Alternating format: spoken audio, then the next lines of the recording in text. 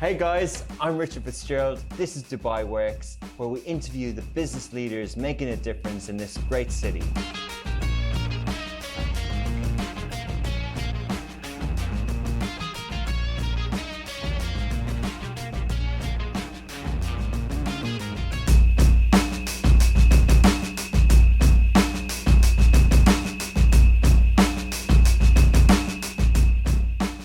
So it's almost 2 weeks that we've been witnessing what's been happening in Gaza, and there's a somber mood across Dubai and across the region, with many countries going into 3 days of mourning.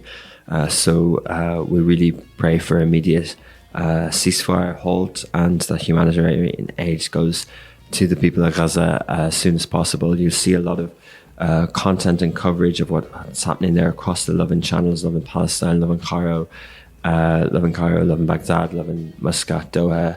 And in the UAE this weekend, there'll be a lot of, events taking place with Emirates Red Crescent, with Tarahum, for donations as well. So all that detail is on the Lovin Dubai website. But there have been PR events and musical events cancelled or postponed at the moment as well, as people naturally aren't, in the same frame of mind as they would be normally. Moving towards this week's interview, it's a very fascinating one about the health sector, combining investments as well. And Dubai has been very busy this week with the tech sector, with GITEX Global. GITEX has grown from strength to strength year on year. I can't get over how big it's got in the last 10 years attending it. On Sunday, I attended the GITEX North Star section in Dubai Harbour. And of course, that's where GITEX UTEX is taking place. Smashy Business were partner with Unipreneur, so we saw lots of interesting youth ideas there as well. Check out the Smashy Business Instagram to see what's happening there. And I attended the other GITEX, the one in the World Trade Center yesterday, and saw some really cool robots and lots of fun things there as well. So well done everyone involved in GITEX. Enjoy the conversation.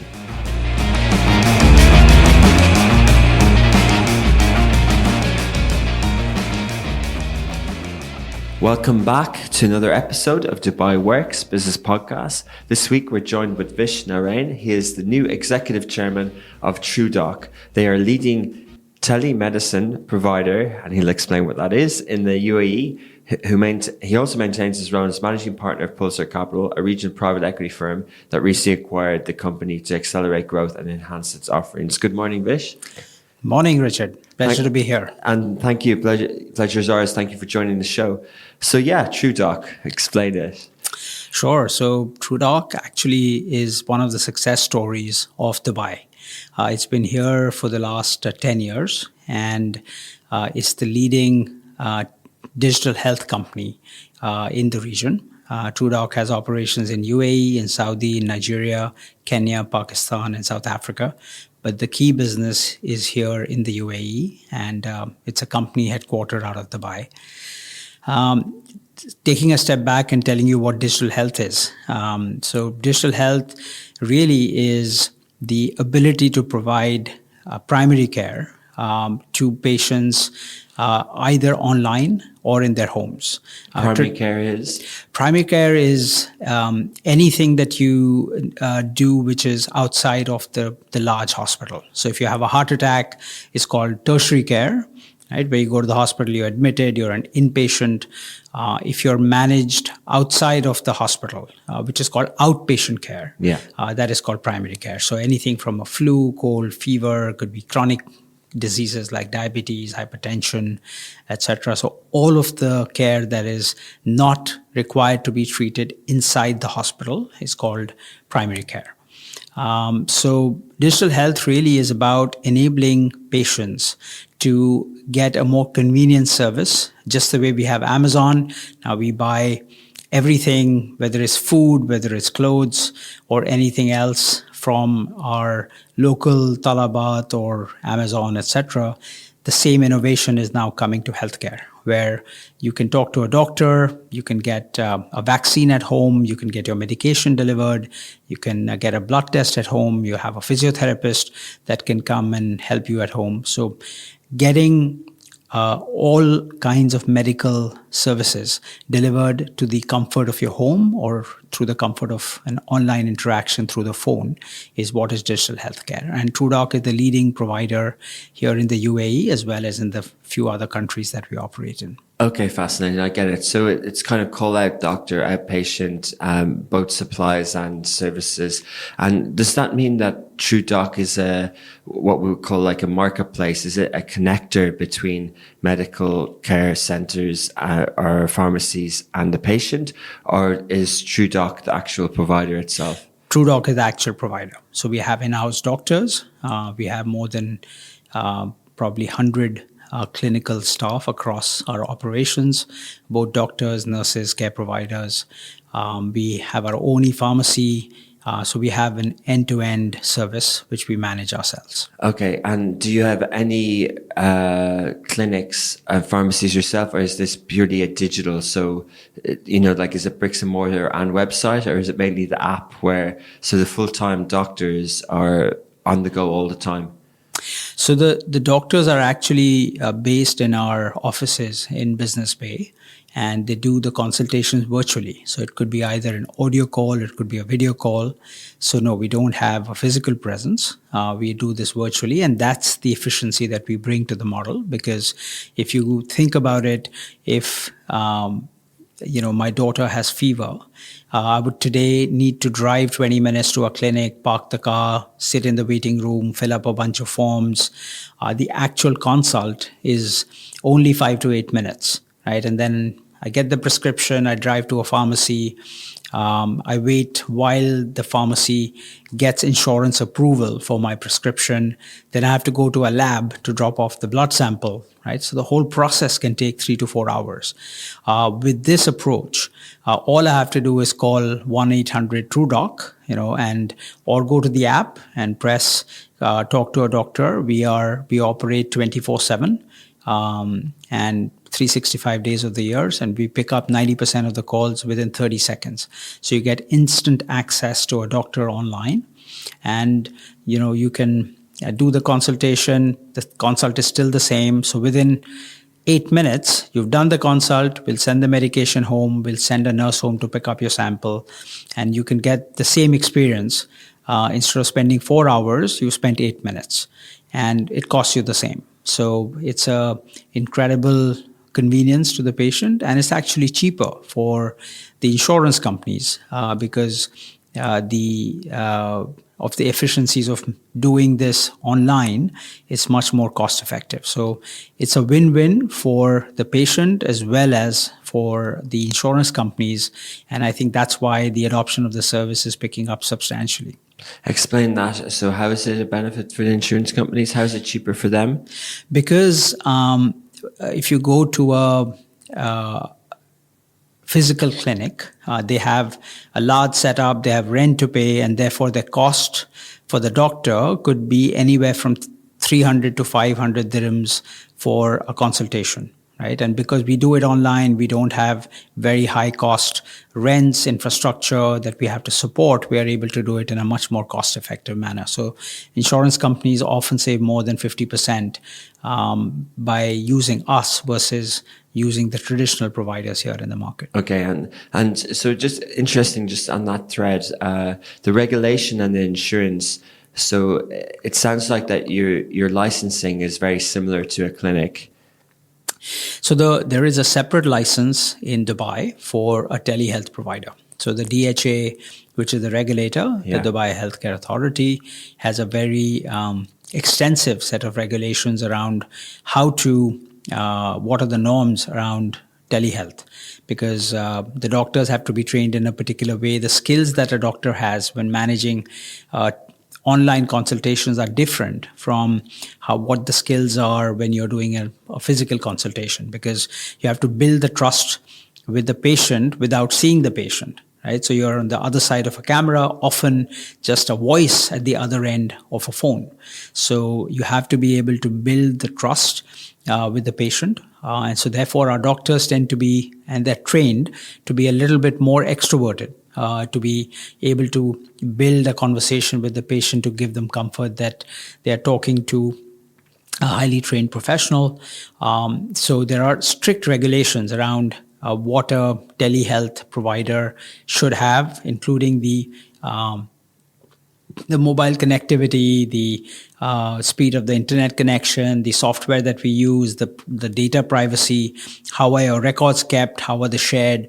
So all those rules are different for a telehealth provider. And we, of course, have the license. In fact, we were the first ones to get the telehealth license here in the UAE.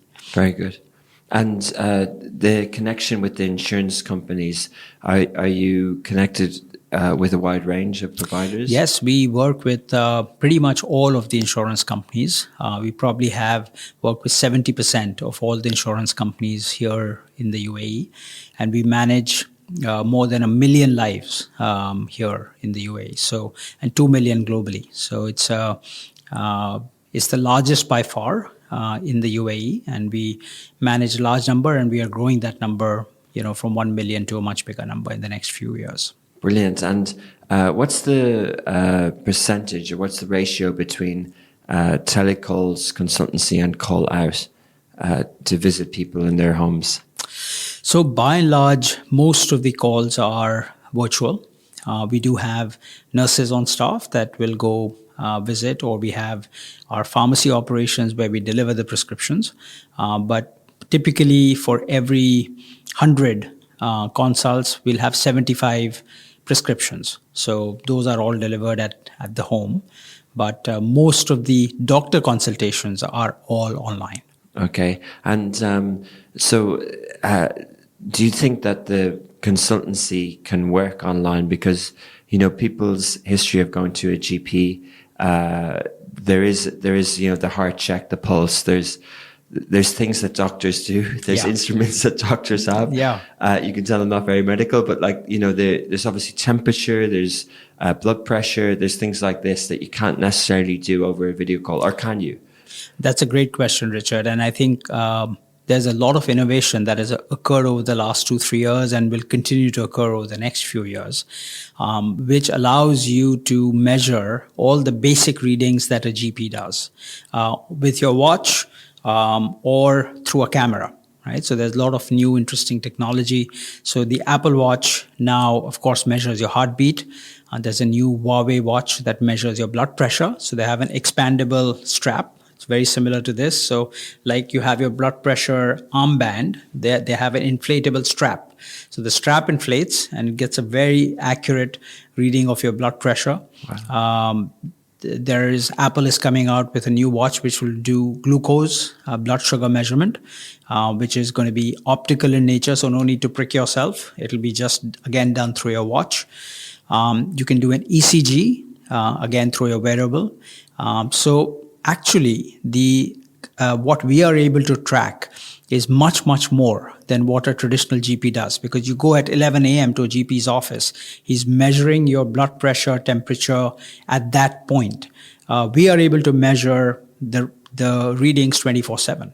So the doctor is able to get a better sense of what is your temperature at 6 a.m., at 10 a.m., at 2 p.m., because a lot of the viral conditions, the type of condition that you have, the temperature changes. So if you have an evening spike in the temperature, the prognosis may be different, whether you have a more uniform temperature across the full day. So with wearable technologies, our doctors are able to measure and track the same parameters and possibly more across a wider period of time.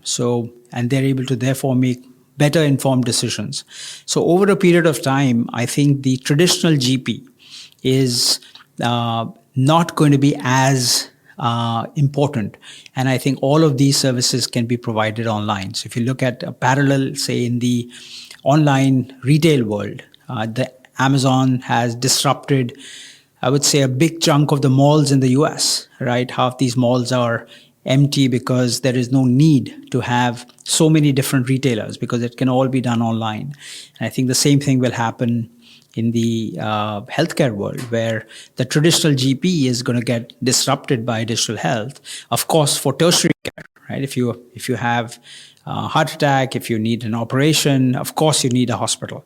But for primary care conditions, this is the disruption that's happening. And I think a lot of the GP offices will probably get converted to more specialist offices. Right? So they maybe you need dermatology, maybe you need dentistry. These are things that can't be done online. You need a tooth pulled out, right? So no there are DIY certain at home. Yeah, exactly. Maybe, there are some innovations happening there. Maybe in the future, the dentist chair can come to your home. But for now, there are some conditions that will be managed in a specialist clinic, but a lot of the basic primary care functions can be all managed online or at home. Brilliant, good to know. But just a little bit more about TruDoc before we sort of talk at the wider sector. How did it start? And we can get to kind of how you came into it, but what was the origin story? And I'm curious about, to get this up and running, because there's obviously a lot of tech and there's having what you mentioned about privacy as well. So what can you tell us the backstory? Absolutely. So TruDoc was founded about 10 years ago. It was founded by an American gentleman who moved to Dubai from the US. And he had pioneered this approach in the US, and he was invited by the DHA to come and set it up here. So Dubai was way ahead of its time in adoption of this technology for this region. So TruDoc actually helped shape the regulations around digital health that I was talking about earlier. We helped shape the policy, which is now adopted by the DHA. And it was the first telehealth provider here in the region. And over the last 10 years, it has grown from 0 customers to more than 1 million now, right? So is that 1 million users, or is that 1 million people have used the app? 1 million people are subscribed, paying subscribers. There's a subscription fee? There is a subscription fee which is paid by the insurance company. So the insurance company, because as I mentioned earlier, they save money on every consultation. They are the ones who provide this as a service. So if you have a Daman insurance or Cigna insurance, they work with TruDoc to say, okay, all our patient base will get covered and will have the ability to make a digital health or a telehealth call. Okay, so they're telling people that they can use it in this way. Absolutely. And so the patient doesn't have a subscription, but the patient goes on. Is it like I know I'm a subscriber, or I log on, I become a subscriber, non-paid, and then I can use that service whenever I need to? Exactly. So when you sign up for your insurance plan, you would be told that you have a subscription to TruDoc, and you can call TruDoc anytime. So the first time the patient calls, we take your Emirates ID details, we register you in the system, the doctor will take your history. But once the history is there, then every subsequent call, all your records are maintained within the app. So the patient can see all the information, the prescriptions, the blood tests, all of that there is in one app, which you can access at any point. And it's a phone call, or it's via the app? So it could be, you could reach us in any way. So you could make a phone call by calling 800 TruDoc. You can go to the app and do a audio or video call, which is the TruDoc app, which is available on both Android and Apple. Or you can go to your insurance company's app and then say, okay, I want to talk to a doctor, and then it'll get connected to us. So you can access us anywhere you want. And you can pay via the app? You can pay via the app. Generally, the patient doesn't have to pay because the insurance company has had paid on your behalf. So you, of course, have to pay for your medication. You have to pay for your blood tests, which are, the copay that is associated with it, you have to pay. But and you can pay that through the app. But the consult itself generally is included as a part of your insurance plan. Yeah, and you mentioned that the gentleman was invited over by DHA. Was it a joint venture, or was it something that he set up independent? No, it was independently set up. The DHA, of course, was very instrumental in helping that happen. And TruDoc actually helped DHA set up its own telehealth facilities.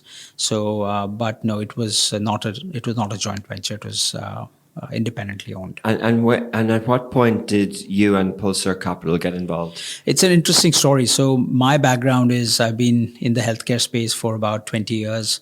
I've looked at and invested in and run various different types of healthcare businesses, from multi-specialty hospitals, cancer care clinics, IVF clinics, mother and child hospitals, diagnostic labs, generic pharma companies. So having seen and experienced a wide variety of healthcare companies in India, in Sri Lanka, in Europe, in the US, I felt that this region was a few years behind some of the innovations that are happening around the world. And when we came here, we moved to Dubai about 4 years ago. And had a look at some of the digital health players around the region, in Saudi Arabia, in Egypt, in the UAE, and found that TruDoc was one of the leading players in the space. So made an investment in the company in last year in 2022, and then we took 100% stake in the business in May of this year. So the gentleman who started it is 70 years old, and he's retired and moved back to the US to be with his grandchildren. And basically have young legs, take this company forward and take his vision forward. Well, that's a great story, that what he did between he was 60 and 70. Pretty cool. We don't often hear the digital pioneers doing it at that age. So well done to him. And just a few things there. So when you say we moved, is that Pulsar moved? Yes, I set up Pulsar Capital about 3 years ago. I was based in India before this, and I was running a large private equity fund in India. But we moved here just before COVID, and set up Pulsar Capital really to look at invest in interesting technologies, whether it's in health tech, fintech, climate tech, and really advance the technology businesses here in the region. So we do investments which are either based in the Middle East or could be based in India, but is looking to expand into the Middle East. So it's more of a crossover fund, which fosters ties between India and the Middle East, bring a lot of interesting ideas, technologies, entrepreneurs to move here to the Middle East and really grow the digital ecosystem for a variety of companies in the Middle East. So there's a lot of potential. Dubai, of course, is now at the center of a lot of very interesting advances. Saudi Arabia is growing very well. There's a lot of excitement and optimism about what's happening in Saudi Arabia, both economically but also culturally. It's a very young country. Average age is only 28. And the cultural changes, social changes that have occurred over the last 4 or 5 years have really energized a very young and dynamic country to change and grow. So I think the entire GCC region, I think, has a lot of potential. And I think unlike the rest of the world, which is suffering from high inflation, slowdown in growth, this region is completely different, because with oil at $100, the region is actually growing faster than most parts of the world. So we are very excited to be here. And I think the future of Dubai, as well as some of the other countries in the region, is very bright. Very good. And did you expect to be as hands-on as you are now on this podcast? Or, for people listening, generally private equity can be a little bit more hands-on than pure investors, right? So is that something that you naturally expected to be with Pulsar Capital? Yes, absolutely. That's the thesis of Pulsar Capital, which is we are hands-on investors. We genuinely believe that value is created by people, not by capital. Capital is an enabler, but eventually people drive value. And, we work with great teams, great people to build and create value. And that is the thesis of Pulsar. Typically, an average private equity fund would invest in maybe 20, 25 businesses. But we have a very concentrated portfolio. We invest in only 3 to 5 businesses because we want to spend the time, the ability, the effort to help these businesses reach its full potential. So we have a different approach. We like Warren Buffett, who is, of course, my idol. if you look at his portfolio, and he manages more than $400 billion, 6 companies account for 77% of the Berkshire Hathaway portfolio. So he's proven over the last many, many, many years that if you make the right bets and have the right conviction and back the companies for a long period of time, you don't need to invest in 100 businesses. You can invest in 6, but still have a very outsized returns, as he's proven for a long period of time, which is our philosophy, which is let's pick businesses which have a long-term potential, like digital health, like climate, like fintech, like e-commerce. These are all technologies and innovations that are here to stay and are going to really improve the lives of millions of people. If you back the right company and the right leadership with the right team, these companies can continue to grow for a very long period of time. So that's our vision, that's our philosophy, and that's the reason we set up Pulsar Capital. That's an interesting comparison. And yeah, very much Warren Buffett would pick good leaders, but it's not necessarily the same, or interesting to get your view on this, because what Berkshire Hathaway does is most of the companies are listed and they like the dividends, but they don't necessarily manage hands-on, and they don't look for an exit per se. But typically with private equity, you mentioned the word fund, it's more short-term, they're thinking from a 5, 7, 10-year horizon, and they are more hands-on, and the companies aren't usually public. So does the comparison have so there are similarities and there are differences. So the similarities are that our approach is long-term, and while these companies are smaller than a typical Berkshire Hathaway, which is Apple. If you remember back in the day when he started Berkshire, he started with essentially an insurance company, right? So he started with a textile company, he started with an insurance company, and they were, back in the day in the 60s, they were small companies, right? Now he manages, of course, $400 billion. He doesn't have time to invest in smaller companies, but the philosophy is the same, which is invest in sustainable, good quality companies. The companies we invest in are generally profitable. Just because you're a tech company doesn't mean that you have to be unprofitable. And TruDoc was profitable? Absolutely. When we invested in it, it wasn't.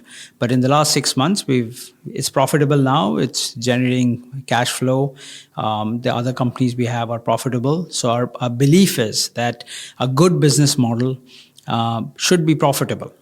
Just because the company is growing fast and is tech-enabled doesn't necessarily mean that it needs to be unprofitable. And if you see whether it's Apple or Google or Facebook, all these companies are market leaders in their domain, and they are hugely profitable. Yeah. So I think over the last 3-4 years, there's been that belief in the venture capital industry that it's okay for companies to be unprofitable for a very long period of time. But I have a different view. I believe that often the underlying business model often may not be robust enough, right, for these companies to be funded, right? And if they are robust enough, they should be profitable relatively quickly, because if there's demand for your service, as there is for ours and for some of the other companies we've invested in, the customer should want to pay for it. And if the customer doesn't want to pay for it, the companies have to introspect and see, is there an issue with the business model? Is there an issue with the value proposition? Right. And I think what's happened in the last year or so across the world, I think there's a lot of that introspection happening to say not all of these companies that got started over the last 4-5 years necessarily had the right business model. Just because there was so much capital available, a lot of the companies got funded. But I think the VCs and the investors now at the board meetings are now really pushing the entrepreneurs to say, guys, let's do a zero-base approach, and let's look at it afresh and see what are we doing right, what are we doing wrong. And while there's been a lot of innovation and a lot of these companies will survive, do well, but there will be some others that may have benefited from some of the excess capital that has come into the tech industry and may not make it. Interesting. So it's really fascinating. So it wasn't profitable, or it might have been in and out over the years. What are the tangible things that you did within a year to make it profitable? Was it when you were looking through this as a sort of initial investment, was it very clear to you that it was on the right track and it just needed a few tweaks, or did you make wholesale changes? So we did three things. Number one, the model was profitable at the gross margin level, right? So we knew that we were making money on every consultation, which is very, very important. But the indirect costs, which is the number of people supporting the business, was very high, right? So we were able to reduce the indirect costs substantially and therefore make it profitable. So when we did look at it, the gross margin was very attractive, and that's what gave us the confidence that if we get the right cost structure for the company, we'd be able to make it profitable. So that was number one. Number two, we expanded the range of services. So when we invested, it was just doing teleconsults. It was just a doctor on the other end of the phone.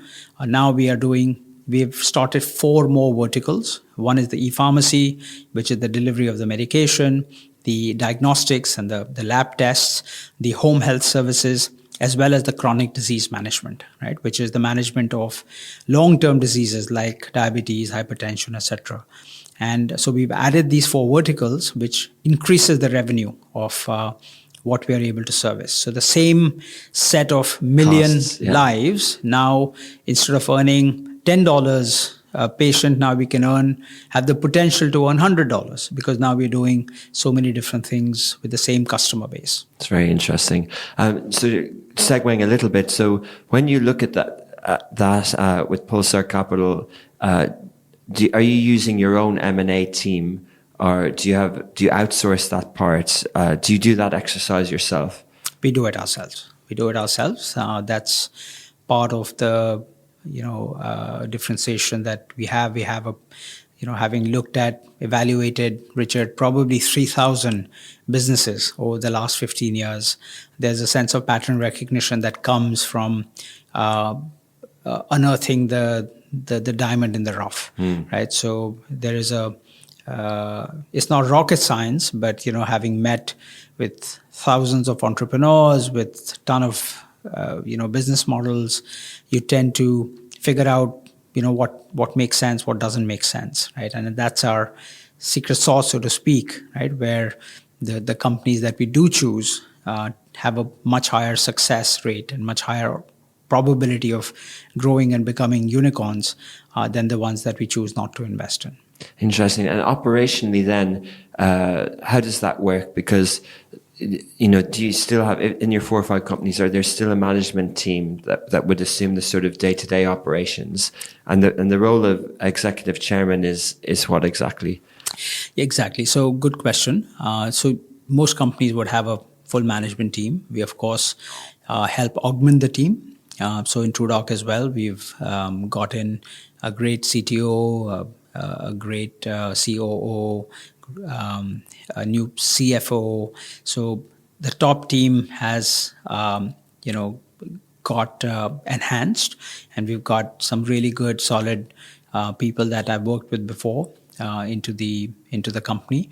But my role as the executive chairman is to be the conductor, so to speak.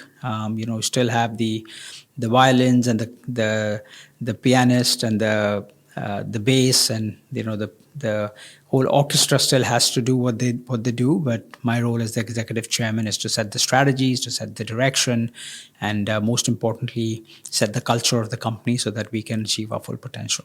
And do you, as Pulsar, do you let these companies like TruDoc, run with their own licenses, their own culture, their own HR, their own systems, or do you centralize things? No, we let every company is different, right? And I think may be different for the sector, may be different for that particular set of people.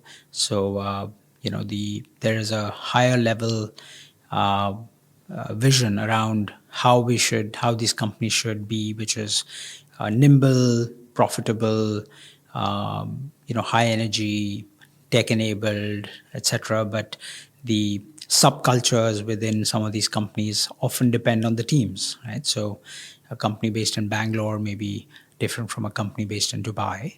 We don't, there is no overarching culture that we impose, but it's an organic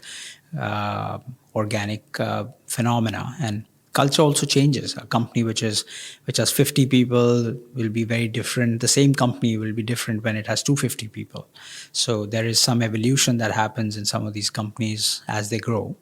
But that's the fun part of being an investor, and making sure that it's all within the same overall culture of how we want to build these businesses. Yeah, absolutely fascinating. So talk a little bit about the health sector and what, you mentioned you have over 20 years experience in that. And I know it's difficult to talk about health tech as well because there's so much going on. But where are we today in this year? Like where do things stand? So frankly, Richard, healthcare is broken pretty much in most countries in the world, right? I mean, the most visible ones, of course, being the US or looking at the UK. A lot of the countries have government-funded healthcare, like the NHS in the UK. And there has been long waiting lists, long lines, very hard to get good quality care at an affordable price. And therefore, globally, the cost of healthcare is rising, as it is rising here in the region. So on average, 6 to 9% increase in the cost of healthcare year on year over the last 10 years. And over a period of time, the employers who typically pick up the cost of the healthcare, Dubai has, or UAE has 100% health insurance coverage, right? So when you get a visa here, you have to have health insurance. Otherwise, you're not allowed to live in this country. As a result, the employer picks up the rising costs of healthcare. And the rising costs of healthcare are happening around the world. And there's been a challenge to figure out how do we bring it down. There was a recent strike in the US. There's been many strikes in the UK. Because the caregivers, the nurses, the doctors, they all want to get paid more. So the health administrators are struggling to say, how do we maintain the quality and the efficiency and the speed of access of healthcare facilities, yet maintain or reduce costs, right? And the only solution, in my view, is technology. I don't think there is no other magic bullet here where, this can be solved by, giving raises to the NHS nurses or giving raises to all the other, players around the healthcare system. So if we can find a more efficient way to manage the healthcare system, can only be done by technology. And there are many parallels in other sectors. If you look at fintech, if you look at banks, why do we need bank branches? Right? It's a expensive infrastructure. You have to pay rent. You have to have tellers. You have to have all the costs and headaches, administrative headaches of managing multiple branches, when the branch can be sitting as an app on your phone. Right? And in many parts of the world, including Dubai, you can do most of your transfers, your payroll, your paying for bills, all of that can be done online. So banks have transformed substantially over the last 10, 15 years, where they are now shutting down branches and they're moving consumers like us to really interact digitally. And that has caused them to remain profitable, right? And the same thing needs to happen in the healthcare space, where how can we use technology better to reduce the cost of healthcare and yet make it actually a more convenient process for the patient. You would agree that rather than going to the branch and depositing a check, if I can make a transfer to you digitally, it takes me 30 seconds versus doing it the old way, right? So the ability for technology to fundamentally shift the paradigm around how services can be consumed has the ability to really transform the healthcare system. And I think countries that adopt these technologies faster than others will be able to truly benefit from it. And I'll give you a couple of examples. I come from India. 20 years ago, India had only 30 million telephone lines. And they were all copper lines. They were all landlines. In a country of 1.2 billion people, in a country of now 1.4 billion people. Right? And there used to be a waiting list to get a telephone line. And I remember, in the 90s, you had to call somebody who knew a guy to get your phone line, right? And it was a scarce commodity. And then the mobile revolution came, and now India has about 95% penetration, right? So there's more than 1 billion mobile connections, right? And we still have only 30 million landlines, right? So India leapfrogged the entire, generation of, say, the US or Europe setting up copper lines across the country. And because they were able to leapfrog that using technology, now, essentially you have the same or probably better mobile infrastructure than other parts of the world. And it's probably the cheapest mobile service that you can have anywhere in the world. Data is the cheapest in India than it is, in pretty much any other country. Good, interesting point, Vish. And I think that points to why it's an emerging economy and the economy is growing. However, the health sector is a bit different to, say, telco and finance, because it's not all about efficiencies. And you alluded to a few points earlier about data and wearables and things like that. It sounds a bit futuristic, but how accurate are things nowadays? Are we having more data that helps us, predictive analytics that can give us more intel on diseases before they happen, or more accurate about whether I need an operation or not? Is that today, or is that in the future? I think it's today and in the future. I think we're getting very smart about, firstly, managing the diseases, right? The first point is, yes, you collect all this data, but what are we going to do about it, right? So the watch is collecting incredible amount of data every day about how you sleep, how you eat, how many steps you walk, and we are gathering this data, and using AI, I think we are able to do a lot more about how to manage those conditions, right? So I'll give you another parallel. A few years ago in the US, there were insurance companies that started tracking through a technology called telemetry, which basically sees how fast you drive.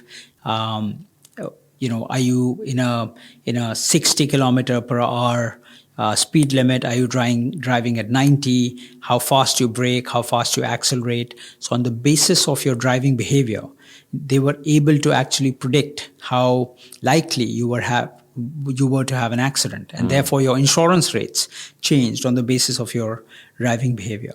Right? And the same technology is now coming to the healthcare world, where on the basis of what I eat, how much I exercise, how much I sleep, insurance companies are able to predict how likely I am to get a lifestyle-related chronic disease. Right, so it's still in various phases of evolution, and you're right, there is a regulatory component to it, because it's not. There are human beings whose health sometimes are not always in their hands. Right, you may get cancer because of a variety of reasons, so it's much more complex.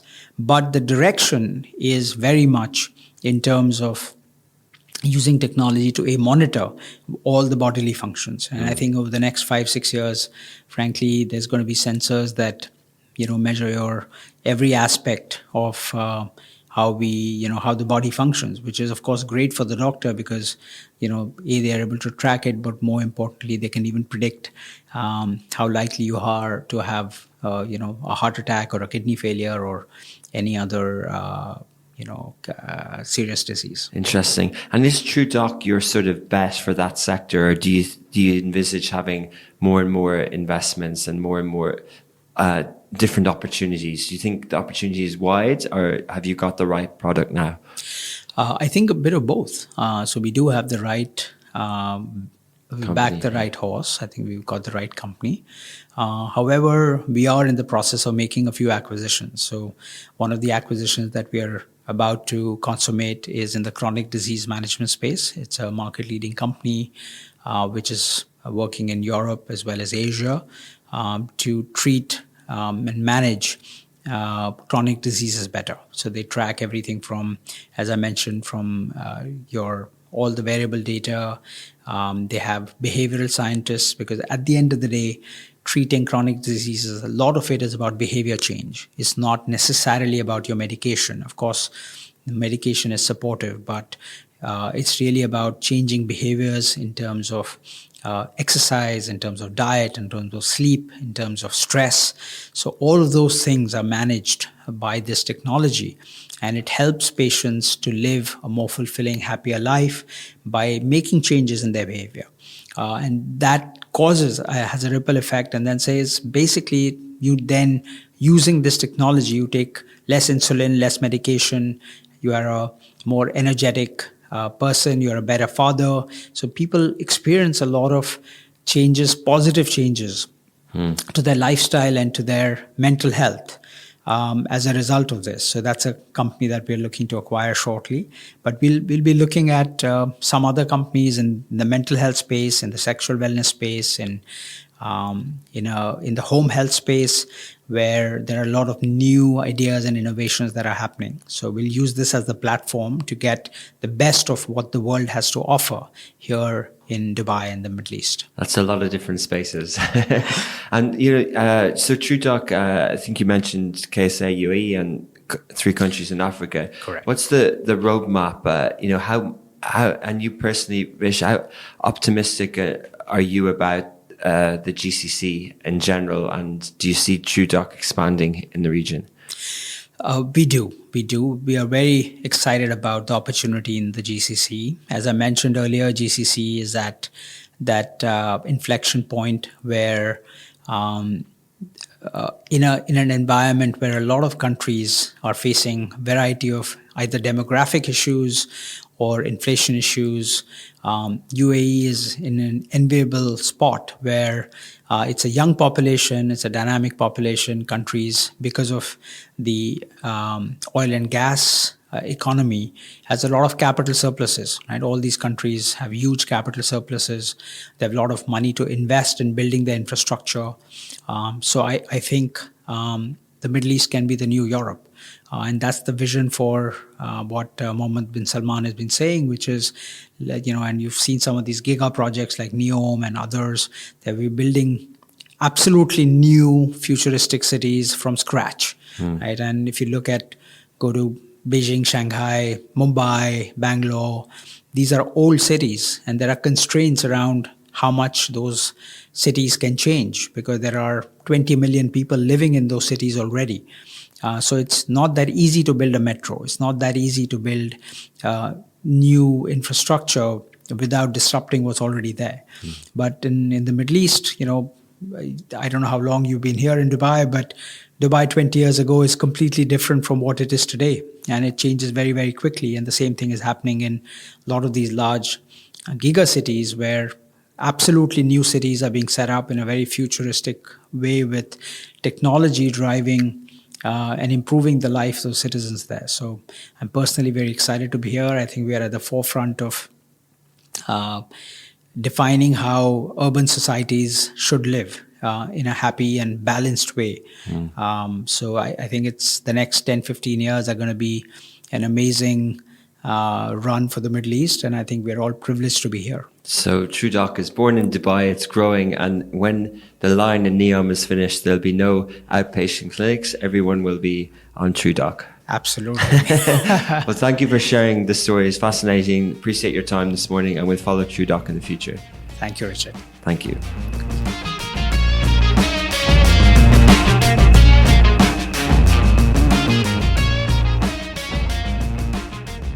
Okay, fascinating conversation there with Vish and what they're doing with health tech. I'll definitely check out TruDoc. I haven't actually used it myself, and I'll make sure that our team have knowledge of it as part of their insurance. Thank you, as always, to our producer, Ali Khalil, but introducing our new producer, Hamid Hesham. So he joins us from our Cairo office, and he starts next week. And he's already been getting up to speed with Dubai Works business podcast. And of course, you can watch this on smashy.tv on the streaming service, apps, TV apps, mobile apps, and all that. We now have basketball as well. So the local UAE league for basketball on top of futsal, volleyball, and handball. If you're into sport, but most of you will be listening to this on audio. So if you're listening on Angrami Podio, where we host it from, Apple, Spotify, and you can check out all the articles about these episodes on the Lovin Dubai website, or you can check out Smashy Business Instagram. We'll be back next week as always at 11 a.m. on Fridays live, and it'll be out on Friday afternoon. This was a Smashy Business podcast production as part of the Augustus Media Podcast Network.